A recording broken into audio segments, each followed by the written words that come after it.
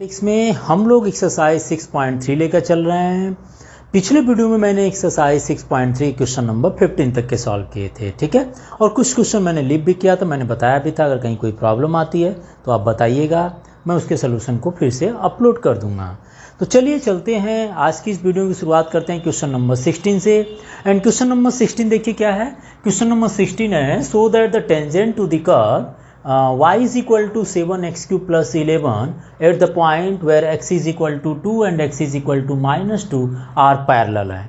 तो इसका मतलब जो टेंजेंट है, देखिए टेंजेंट इस कर्व पर जो ड्रा किया जा रहा है at the point x is equal to 2 से और x is equal to minus 2 से, वे पैरेलल होंगे। पैरेलल मतलब आप समझ लीजिए इक्वल हो जाएंगे, ठीक है ना। तो slope of tangent x x equal to 2 पर निकाल लेते हैं। सबसे पहले तो इसका स्लोप ऑफ टेंजेंट निकाल लीजिए, क्योंकि ये फंक्शन दिया है तो dy बाई डी एक्स की वैल्यू, और वही वैल्यू जो फंक्शन की वैल्यू आएगी dy बाई डी एक्स की जो वैल्यू आएगी उसमें 2 पॉइंट रखना है, एक बार x is equal to 2 and एक बार x is equal to minus 2। अगर ये दोनों पैरेलल होंगे तो दोनों के स्लोप की वैल्यू जो होगी वो बराबर होनी चाहिए, क्योंकि मैंने बताया था दो लाइन आपस में पैरेलल हो तो दोनों के स्लोप की वैल्यू भी dy बाई डी एक्स या m1 is equal to m2 हो जाया करते हैं। तो यहाँ पर बहुत सिंपल सोल्यूशन होगा। क्वेश्चन नंबर 16 का अगर सोल्यूशन की बात करें तो सोल्यूशन ऑफ दिस क्वेश्चन, क्योंकि हमें फिगर की ज़रूरत नहीं पड़ेगी, और यहाँ पर देखिए कर्व दिया है y is equal to 7x cube and plus 11 है। एंड स्लोप ऑफ टेंजेंट अगर निकाला जाए, इसका स्लोप ऑफ द टेंजेंट, ठीक है ना, स्लोप ऑफ टेंजेंट अगर निकाला जाए that means dy by D X which is equal to 7 and differentiation किसका करेंगे हम, x क्यूब का, एंड प्लस डिफ्रेंसिएशन ऑफ 11।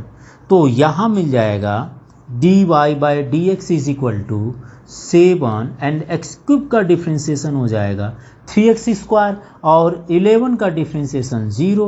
तो slope of tangent dy by D x is equal to 21x square आ गया, 21x स्क्वायर आ गया।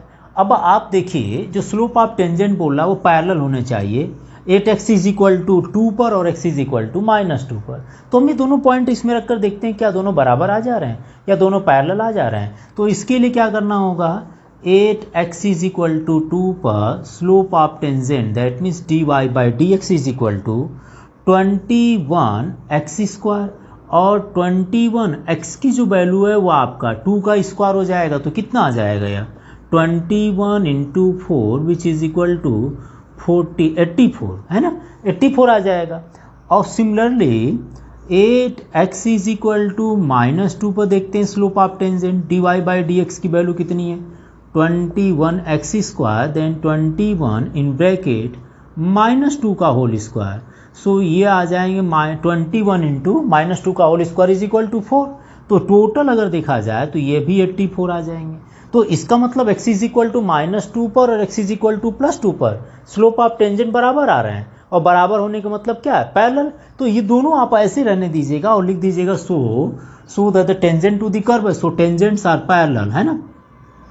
सो tangents are parallel at the given point, only are parallel at the point x is equal to 2 and x is equal to minus 2 पर। कुछ भी नहीं करना, differentiate करना है, क्योंकि स्लोप ऑफ टेंजेंट या दो लाइन पैरेलल होती है या दो टेंजेंट अगर पैरेलल हो तो दोनों के स्लोप ऑफ टेंजेंट की वैल्यू या dy बाई डी एक्स की वैल्यू बराबर होनी चाहिए। तो दो गिवन पॉइंट, दो डिफरेंट पॉइंट दिया था, हम दोनों डिफरेंट पॉइंट पर स्लोप ऑफ टेंजेंट या dy बाई डी एक्स की वैल्यू फाइंड किए, दोनों आपके बराबर आ गए, इसका मतलब ये पैरेलल होंगे, जैसा क्लास 11 में डिस्कस हुआ था, ठीक है ना। तो आप एक बार इस कंप्लीट क्वेश्चन को देख लीजिए, नोट कर लीजिए। हम चलते हैं क्वेश्चन नंबर 17 की तरफ। 17 लेकर देखिए क्वेश्चन नंबर 17 क्या है। इसमें पूछा find the point on the curve y is equal to x cube at which the slope of tangent is equal to the y coordinate of the point. उस point से स्लोप ऑफ टेंजेंट ड्रा करनी है, और साथ ही साथ condition है कि slope of tangent is equal to the y coordinate of the point. मतलब समझ लीजिए कि अगर ये y is equal to x cube को हम ड्रा कर रहे हैं, सपोज रफली मैंने एक कर्व ले लिया, इस कर्व का इक्वेशन जो होगा वो y is equal to x cube मान लेते हैं, ठीक है। और यहाँ से जो टेंजेंट ड्रा कर रहे हैं किसी भी पॉइंट पर, मान लीजिए इस पॉइंट A पॉइंट से जिसका कोऑर्डिनेट हमने h और k भी मान सकते हैं या x और y मान लेते हैं, ठीक है ना। तो चलिए अगर मान लीजिए इसका कोऑर्डिनेट x एंड y ही मानते हैं, तो इससे जो टेंजेंट ड्रा कर रहे हैं, ये जो टेंजेंट ड्रा कर रहे हैं ये tangent is equal to its y coordinate, means y के इक्वल हो जाएगी।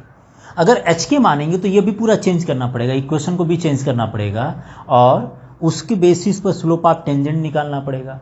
तो अभी मैंने मान लिया कि जो पॉइंट ए है वो पॉइंट को हमने एक्स वाई मान लिए और एक्स वाई पॉइंट पर स्लोप ऑफ जो कर्व का जो इक्वेशन होगा वो भी y is equal to x cube है। ठीक है, अब मान लीजिए हमने इस पॉइंट पर ए पॉइंट पर स्लोप ऑफ टेंजेंट निकालते हैं इस कर्व का। सबसे पहले लिख लीजिए y is equal to x cube दिया है तो d y by D x is equal to कितना होगा भाई 3x स्क्वायर होगा। अब डी वाई बाई जो स्लोप ऑफ टेंजेंट है, देखिए बोला इसने कि slope of the tangent, slope of tangent at x and y point पर कितना हो जाएगा, एक्स वाई पॉइंट पर d y by D x की वैल्यू। देखिए जहाँ x होगा वहाँ x या y की जगह y पुट करेंगे तो स्लोप ऑफ टेंजेंट यही निकलेगा, बिकॉज पॉइंट भी हमने एक्स वाई मान लिए। तो ये आ जाएगा 3x स्क्वायर, ठीक है ना, वही होगा जो कि गिवन है। और कंडीशन दिया है कि slope of the tangent is equal to the y coordinate. According to question लिख लीजिए, दिया है ना, अकॉर्डिंग टू क्वेश्चन की बात कर रहे हैं हम यहाँ पर। अकॉर्डिंग टू क्वेश्चन क्या दिया है, स्लोप ऑफ द टेंजेंट, यहाँ लिख लेते हैं slope of the tangent is equal to y coordinate of the point, is equal to y coordinate of the point, y coordinate of the point, ये condition दिया है। और स्लोप ऑफ टेंजेंट देखिए dy by D x की value कितनी आई थी भाई, 3x स्क्वायर आई थी, is equal to 3x square and y coordinate of the point. देखिए जो पॉइंट था, ये पॉइंट आपने माने ना, इसी से स्लोप ऑफ टेंजेंट ड्रा किया गया। तो इस स्लोप ऑफ टेंजेंट जो ड्रा किया गया है इसमें जो पॉइंट माना गया x और y, तो इसमें लिखा है कि y coordinate of the point, मतलब ये अगर x है तो ये y कोऑर्डिनेट है। तो स्लोप ऑफ टेंजेंट ये इक्वल टू y कोऑर्डिनेट मतलब वैल्यू ऑफ y के इक्वल है। तो यहाँ slope of tangent is equal to y coordinate और पॉइंट a का जो y कोऑर्डिनेट है वो y माना गया, तो ये y इज इक्वल टू क्या हो जाएगा 3x स्क्वायर। तो ये दूसरा इक्वेशन बना लीजिए, y is equal to 3x square which is equation number 1। और इसको आप मान लीजिए, सॉरी इक्वेशन नंबर 1 इसको सपोज कर लीजिए और इक्वेशन नंबर 2 इसको सपोज कर लेते हैं।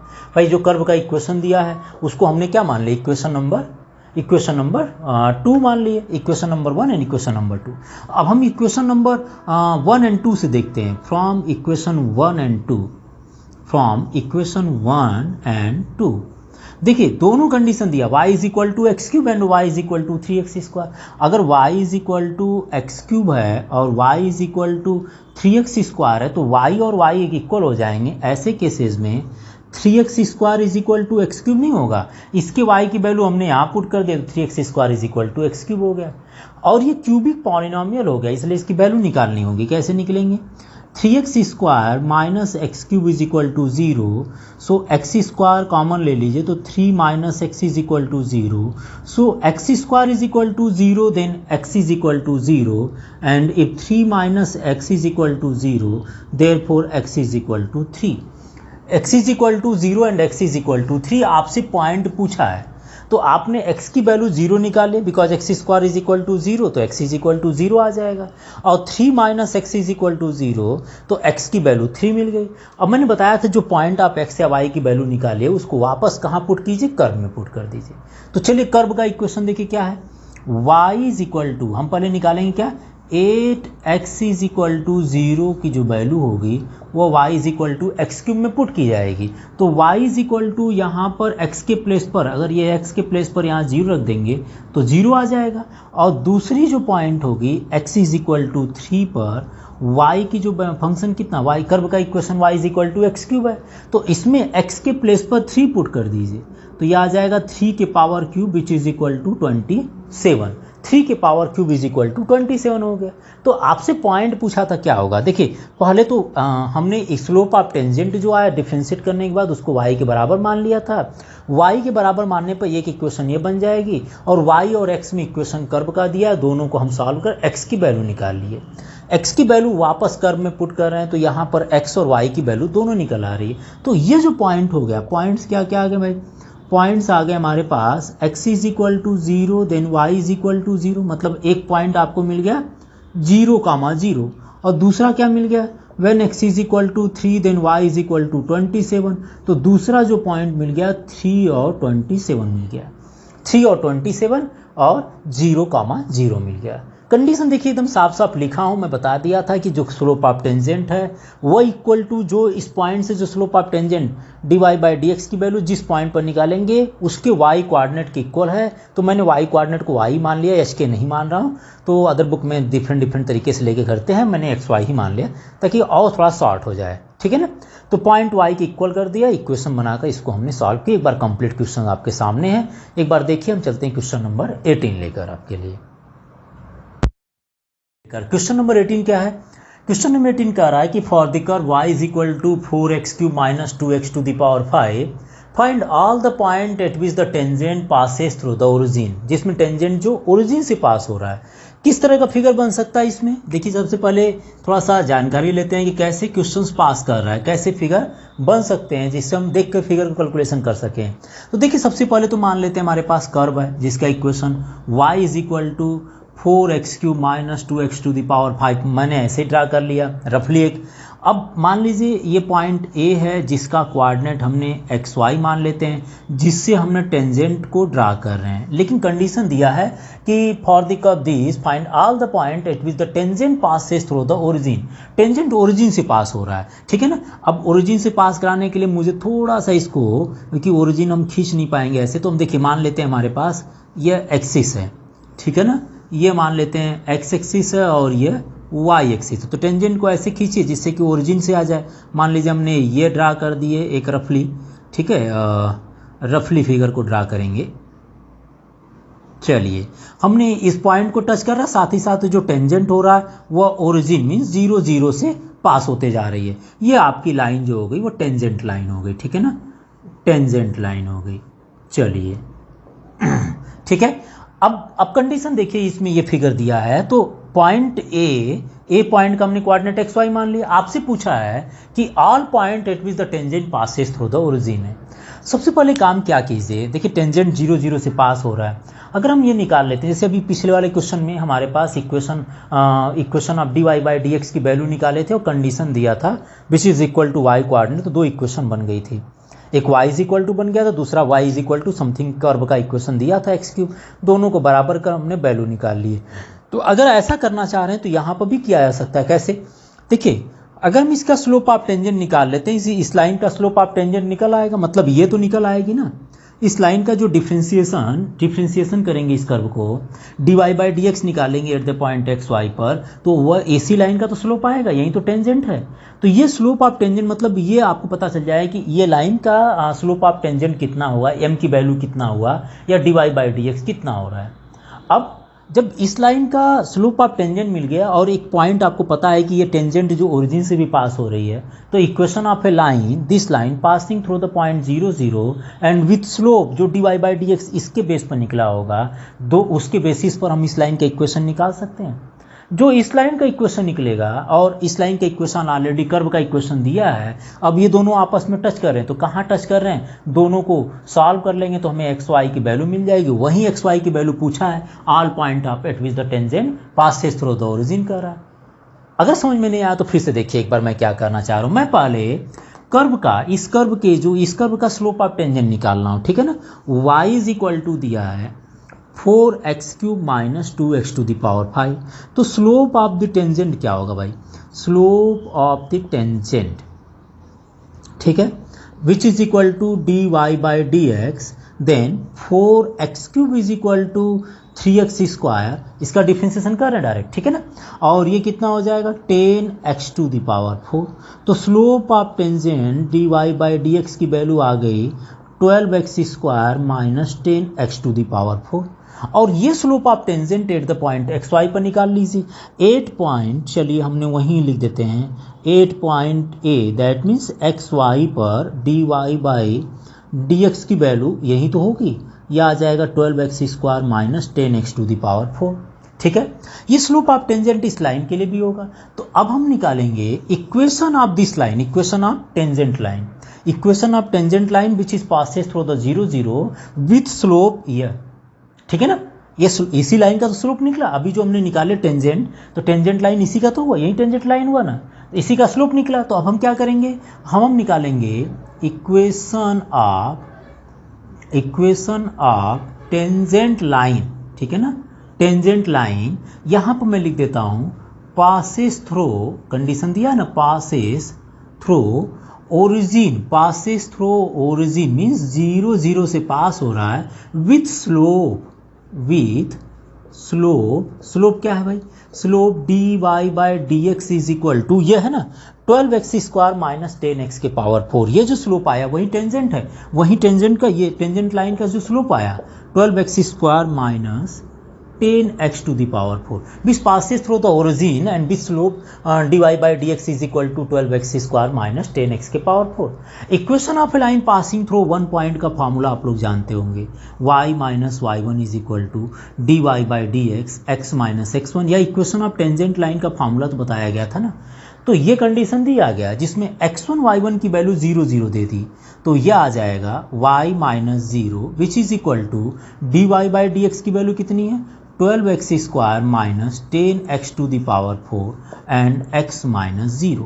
तो यहाँ से मिल जाएगा y is equal to 12x का मल्टीप्लाई कर देंगे तो x cube minus 10x to the power 5 आ गया, ठीक है ना, 10x के पावर 5 आ गया। अच्छा जी, चलिए ये आ गया इक्वेशन नंबर मान लीजिए 2, और जो इक्वेशन आप कर्व का दिया था इसको इक्वेशन नंबर 1 मान लेते हैं, ठीक है। अब क्या करना भाई, अब देखिए क्या करना होगा। अब हमारे पास इक्वेशन 1 एंड इक्वेशन 2 बन गया, तो फ्रॉम 1 एंड 2 ले लेते हैं, इन दोनों को सॉल्व कर लेते हैं। From 1 and 2 y is equal to 1 equation 4x cube minus 2x के पावर 5 था, और यहाँ y is equal to 12x cube minus 10x to the power 5 है। दोनों को अगर बराबर कर देते हैं तो ये आ जाएगा 4x cube minus 2x to the power 5 which is equal to 12x cube minus 10x to the power 5, ठीक है ना। अच्छा, अब देखिए कितना आएगा, इसको सब्ट्रैक्ट कर लेते तो minus 8x cube, 4 minus 12 minus 8 आ गया। इसको इधर ला देंगे तो ये कितना आ जाएगा, plus 8x to the power 5 is equal to 0, minus आप चाहें तो कॉमन ले लीजिए 8 एक्स क्यूब कॉमन ले लेंगे तो minus 1 plus x square is equal to 0। यहाँ से जो पॉइंट मिलेगा, if 8 x cube is equal to 0 करते हैं तो यहाँ से x इज इक्वल टू 0, और अगर 1 minus x minus 1 plus x square minus 1 plus x square is equal to 0, then x is equal to plus minus 1 आ जाएगा। Then x is equal to कितना आ जाएगा, प्लस माइनस 1 आ जाएंगे, ठीक है ना। तो 3 पॉइंट मिल गया, एक तो 0 मिल गया, दूसरा 1 and minus 1 and plus 1, plus minus 1 मिल गया, ठीक है। अब क्या करना होगा, अब इन सारे पॉइंट्स को हम कर्व के इक्वेशन में पुट करते हैं 1 बाई 1। तो ये तो आपने मेरे हिसाब से नोट कर लिए होंगे क्योंकि इसमें तो बताया था फिगर मैंने। अब मैं इसको रब कर रहा हूँ, इस फिगर को भी रब कर दे रहा हूँ। तो इसके बाद इस फिगर को रब कर रहा हूँ, इसके बाद आप इक्वेशंस देखते हैं। तो चलिए ठीक है, क्वेश्चन बहुत इजी है, इसको दूसरे तरीके से भी कर सकते थे। चलिए अभी तो हमने एक ही मेथड की बात कर रहे हैं। अब x इज इक्वल टू 0, अब हम देखिए क्या करेंगे, 8x इज इक्वल टू 0 पर y की जो वैल्यू क्या होगी भाई, 4x cube minus 2x to the power 5 में वैल्यू पुट कर दें तो 0 माइनस 0 मतलब ये टोटल 0 आ जाएगा। और 8x is equal to plus 1 पर देखिए कितना होगा, x के प्लेस पर 1 पुट कर दीजिए तो 1 के पावर क्यूब इज़ 1 एंड 1 के power 5 is 1, so 4 minus 2 is equal to 2। और 8x is equal to minus 1 पर y की वैल्यू कितनी होगी, minus 1 to the power cube and minus 1 to the power 5, so minus 4 and plus 2 which is equal to minus 2। तो points पूछा, all points पूछा था, तो चलिए हम लिख देते हैं पॉइंट्स क्या क्या आ गया भाई। पहले तो x इज इक्वल टू 0 रखने पर y इज इक्वल टू 0 मिल गया, दूसरा मिला x इज इक्वल टू 1 रखने पर y इज इक्वल टू 2 मिल गया, नेक्स्ट जो मिल गया x is equal to minus 1 पर y is equal to minus 2। हमने इक्वेशन ऑफ टेंजेंट निकाल दिए। इक्वेशन ऑफ टेंजेंट के बेसिस पर पहले तो स्लोप निकालें, उसके बाद उसको 0 0 से पास कराकर लाइन टेंजेंट का हमने इक्वेशन निकाल दिया, दोनों को बराबर कर हमने x की वैल्यू और y की वैल्यू फाइंड कर ली, ठीक है ना। ये हमारा रहा क्वेश्चन नंबर 18। एक बार ध्यान से देख लीजिए, नहीं समझ में आया तो फिर से पूछ सकते हैं, आप बता दीजिएगा, ठीक है। कुछ भी नहीं करना, तो जैसे कंडीशन आप ध्यान से देखेंगे तो सिंपल तरीका है एकदम। तो आप एक बार इसको नोट कीजिए, हम चलते हैं अगले क्वेश्चन की तरफ फिर।